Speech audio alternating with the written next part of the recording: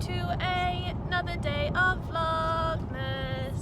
We are currently on our way, me and Mum are on our way to a local hospital that our friend works at to deliver some care packages for all the key workers, to thank them for all the hard work they've done and also to help put a little smile on their face during the Christmas season because it has been busy.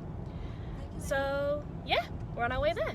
We're here, masked and gloved, all safe.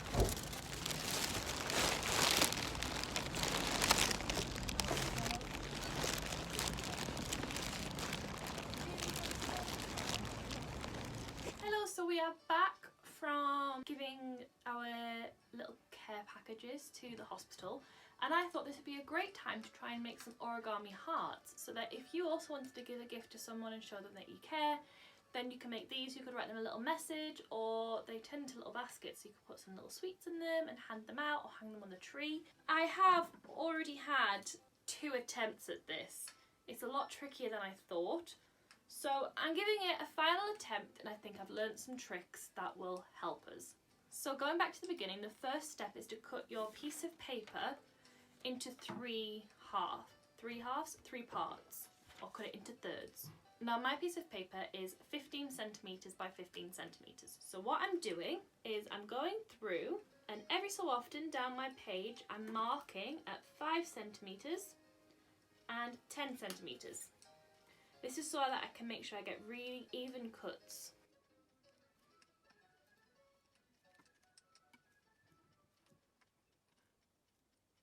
Once you've done little markings, go ahead and join up all your markings, so all your 10 centimetre lines, and then do the same with all your 5 centimetre lines. Now you may have to mark your pieces of paper slightly differently, but it all depends on how big your piece of paper is. So now that you've done that, cut down the lines so you have 3 equal pieces of paper. And having the pencil lines really helps to make sure that each piece is even and each piece is straight. There's 1.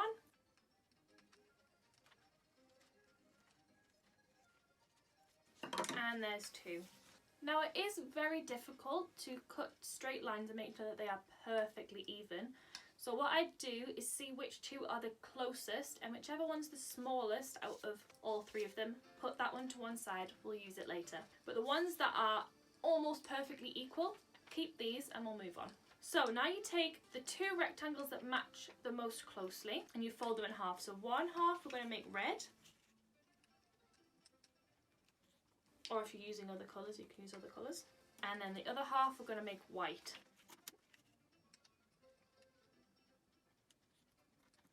Now what we're going to do is we're going to curve the top of our pieces of paper, but what I would say is just give it a little measure. So it's 5 centimetres wide for mine, so we're going to go 5 centimetres up and just mark that, just so you know how low you should cut.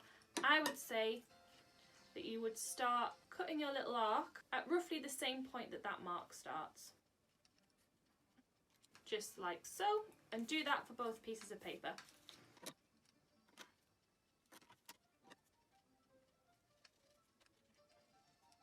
Then what we're going to do is we're going to cut 2 slits up each of our rectangles so that we end up with 3 tabs. And what I try and do is make them 1 3/4 wide each. Try and make them the same width as best you can. Another way that will be very helpful is if you lay them on top of each other. Now this does still make cutting tricky because the paper can move around a bit, but it will help you make sure that all the pieces are equal. And then you want to cut up, it says about 3/4 of the way up, but you want to make sure that you at least go up as far as the paper is deep. So for me that's about 5 centimetres. So I'm just going to go up to just about where the mark I made before was.